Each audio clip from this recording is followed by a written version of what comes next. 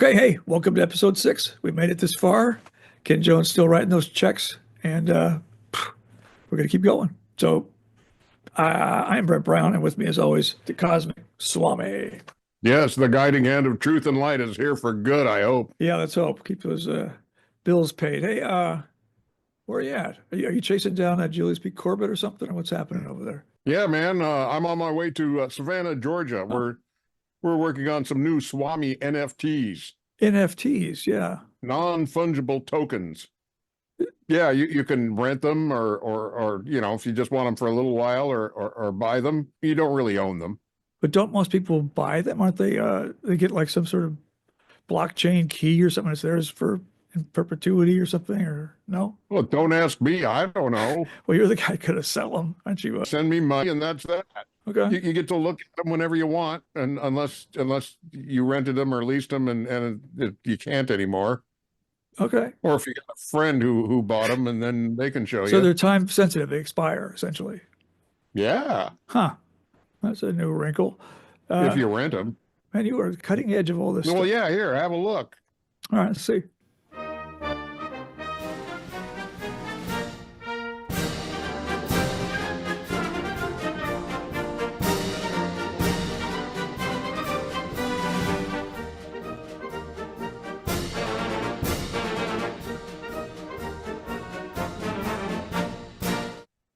Did you pose for those? Of course. Yeah. How do you think we got them? Yeah. Nice. That's nice. Wow. Look kind of familiar. I can't figure out why, but anyway, you got a lot of fingers and a lot of pies. Yeah. My fingers are sticky with pie stuff. It's a good way to go. That's why I go that way. So what, are you riding a freight train? You lose your crew, your ensemble drop off and stay in Soap Lake or something? Soap Lake? Yeah. That was weeks ago, Brent Brown.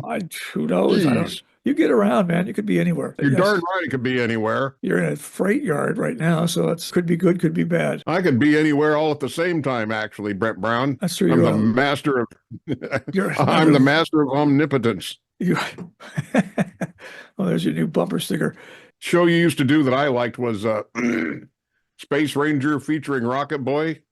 Oh yeah, I figured you liked that. That was that was back when you were Captain Galaxy, as I recall. Shh, you're not supposed to tell anybody that.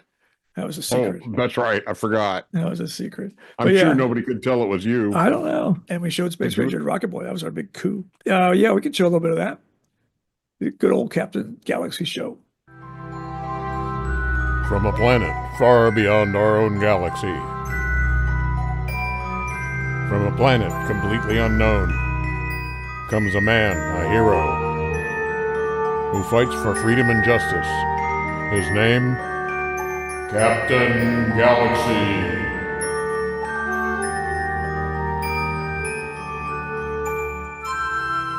That was a close one, wasn't it, Quark? Wow. Almost didn't get out of that one. Hey, let me tell a joke to lighten the mood. Yes, why not? How's an astronaut keep their pants up? He wears an asteroid belt.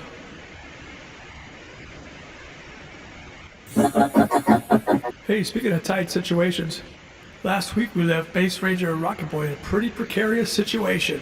I think we better check in on them. Yes. Space Ranger and Rocket Boy, here we go. Space Ranger, my anti-gravity retro thrusters are all messed up. I can't get off the planet. Space Ranger, help! Hold on, Rocket Boy. You and Sky Pony get out of there. Let me get a fix on your position and I'll dig out with my Gravitron ray. I only need 5 seconds. I haven't got 5 seconds.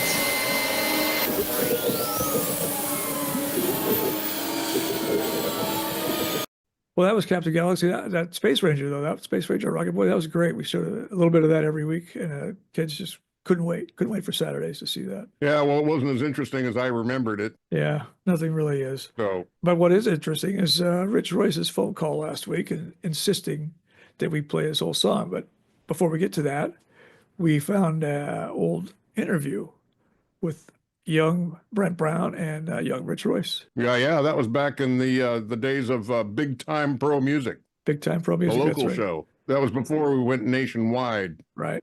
Yeah, we're both kind of unvarnished and wigging it. If we can get around to it. Maybe one day we'll show that. No, we'll show it right now. Charlie, go ahead. Roll that early Rich Royce. Okay, this is Brent Brown with Big Time Pro Music. Welcome back, everyone, from Newport, Rhode Island. Welcome. Let me start right in by saying that some of your fans have suggested that you were born with a silver spoon in your mouth. Oh, platinum, please. Platinum spoon. Platinum spoon. Very well. Platinum spoon. Anyway, there's a rumor circulating that your quick rise to the top is simply because you've had the money to hire some of the best sidemen in the business, and your talent is perhaps questionable. What do you say to that? Well, for one thing, I have royal blood, royal musical blood. I've been trained at the Royal Academy of Music in Switzerland. I was a child protege at Juilliard School of Music, graduated at 11, valedictorian. I was lead soloist with the London Philharmonic, the New York Philharmonic, musical director at Carnegie Hall. What more could you ask for? And I want it, and I always get what I want. What do you say to those who might say that your mother and her money has played quite a role in your success? Don't talk about mummy. I'm doing this on my own. I'm doing this totally on my own. Mummy has nothing to do with it. Okay, well, I'd give anything to be that young again, but there you saw it. The young, impetuous Rich Royce, on his way to glory. I mean, he was back then. He was pretty new and sort of an amateur, but he got pretty good over the years. Yeah, it's glory that he deserves, Brent Brown. Like you said, he's got royal musical blood. What? He graduated with accolades from Juilliard, from Berklee College of Music, from scholarship from that fiddle player guy. From Paganini. Yeah, He's that got one. that Paganini scholarship. Yeah, He won the Chopin competition 3 years in a row. But you know Come what? on. Come on. You know why he was so good? Because he was desperate to be in the CMA, Pro Music, and he knew that if he sloughed off, if he didn't practice his scales and chords and whatnot, he would be thrown out by the Sugarfoot rule, as anybody would. His mommy could have bought him the CMA, man. It scared a lot of these players into being good. I mean, that helped people get better, I think. Gave them a motivation to play and learn their instruments. Well, the Sugarfoot rule was ripe for the pluck, and it was bound to be there. It had to be there. All those people that were sloughing off and pulling the wool over the fans' eyes for all those years. It's happening today too. But getting along on nothing. A lot of sugarfooting going on in this music world today. But yeah, that was when it started, and he was a charismatic guy, but he couldn't play a lick. He got by for years just on fan points. He just, he'd smile and wave, and the women would fall for it and vote for him. Anyway. Well, yeah, that's where the term sugarfooting came from. Right. Was Sugarfoot. Yeah, well, yeah, sure. But remember, these people don't know that. Charlie, did you find that clip? Okay. Yeah, all right. He's got a Sugarfoot clip. So let's just see the man in action. Okay. He goes with another one of those runs of his.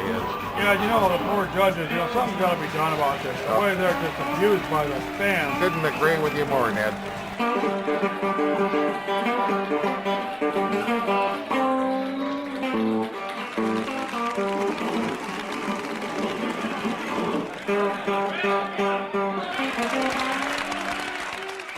Well, you saw that, Brett Brown. He just stank, and the fans just went for it. They were eating it up. They were Buffalo. There's no doubt. Yeah, a lot of people. But the judges weren't having it, No. and they finally passed the rule, the Sugarfoot rule. You had to pass a random scale in front of a referee. If you couldn't pull it off, you were. Yeah, they pulled the scales out of a hat, as I recall. Yeah, you had to play up and down. But that's to my point. That made these guys go in woodshed. Otherwise they might have just been lazy and get there and get by on their good looks and winking. So anyway, so who was it? What's an example of somebody who was kicked out? Who? Lazy folks trying to get the blaster was one. That was a guy who was kicked out. He deserved it. He did deserve it. That's another thing. But okay, yeah, Charlie's got a clip of that too. This guy's good. So anyway, yeah, let's see the blaster in action.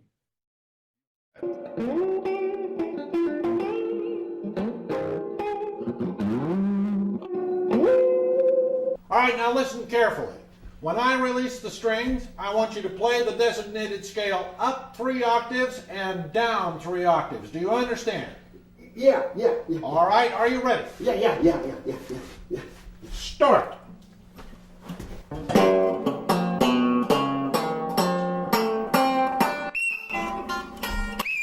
No points. No points. So you could see old Fumble Fingers could barely even get out of that thing. Yeah, he was Man. in bad shape. He Yeah. didn't know anything about it, man. It was incredible that he even got into pro music at all. He had a good outfit though. His costume was good, but I could have used that as Captain Galaxy probably. But anyway, Well, yeah, he was, let's get to the real thing, man. Let's get he was to the never heard from again, by Rich the way. He was Royce. out. Done. Okay, yeah, Rich Who? Royce at the Blaster. He just disappeared. I mean, he was gone. Well, yeah. Went back to shoe sales or whatever he did. Okay, so Not a moment too soon. no kidding. Okay, Rich Royce, yeah, here he is. This is one of my favorite tunes of his. Let's go see how he's going to do. We got Rich Royce right now. CMA Live. That's a Chateau Royce 84, I do believe. Yeah, very unpretentious little line off that. Royce is scheduled to play I'm Too Good for This, a two-verse extended solos tune in E flat.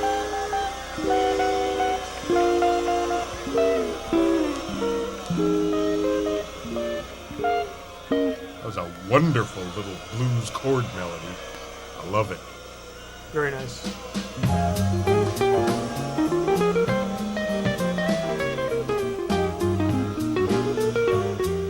That's a 2516, I believe. No one can top me. They just can't stop me. There's no way that I could live. 'Cause I'm too good for this. Emeralds and rubies. Footman Jeeves there. Bentleys and doozies. Rembrandts, Picassos, and me. These things are rare, but they can't compare. Certainly likes himself, Swamp. Certainly, You would all too of if you was him. agree that nothing's too good for me. I'm glad I'm not. The audience in awe, fans drop their jaws. Finest guitar money can buy. People can't help but applaud. Compared to me, everyone else is a It's a fraud. 514 Flying Bridge. Good call. Women can't resist me. You'll never hear a boo or a hit. Oh, that's about the end of his audience points, I think.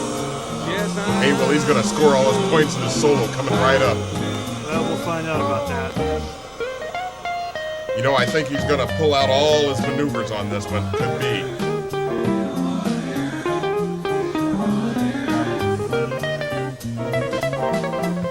That's a Newport Spinnaker with appropriate blues flourishes. You know, Rich Royce wouldn't be in the position he's in if it wasn't for his backup band, Jet Set, there, which he won't talk about, but I will.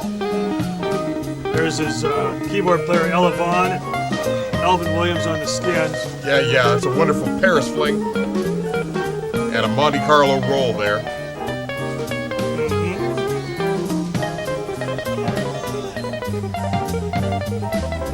And a perfect Casino Royale. What do you think he pays Jeeves? I have no idea.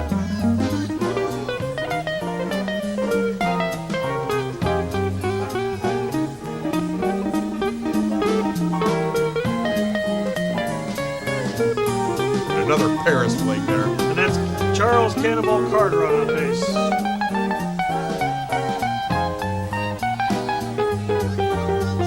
Oh, I love his octave work.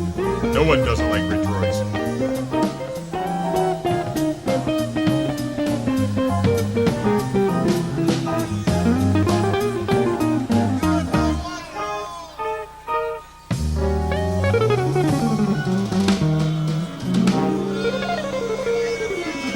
That's his signature, Lydian Flat 7. 5-finger flurry. Let's take it to Ken Jones.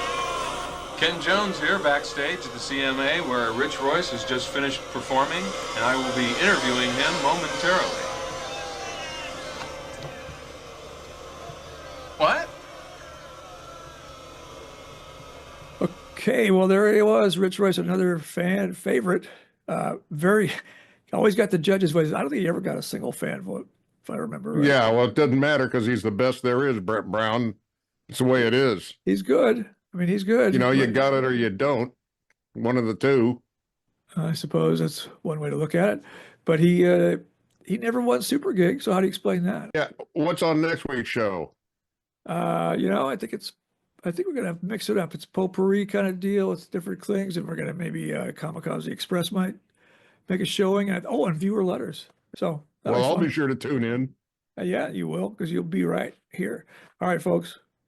That's all the time we got, as usual. Yeah, get yourself a Swami NFT, people. Oh yeah, they're going fast. Yeah, well, there you go, people. If you need somewhere to throw your money away, it's as good a thing as any. All right. Well, that's a real investment, Brett Brown. I'll pass. Anyway.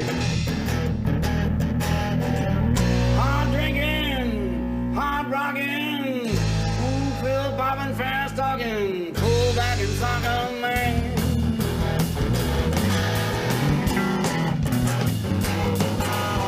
Hard drinking, hard rocking, Phil popping, fast talking, pull back and soccer man. All right, we're gonna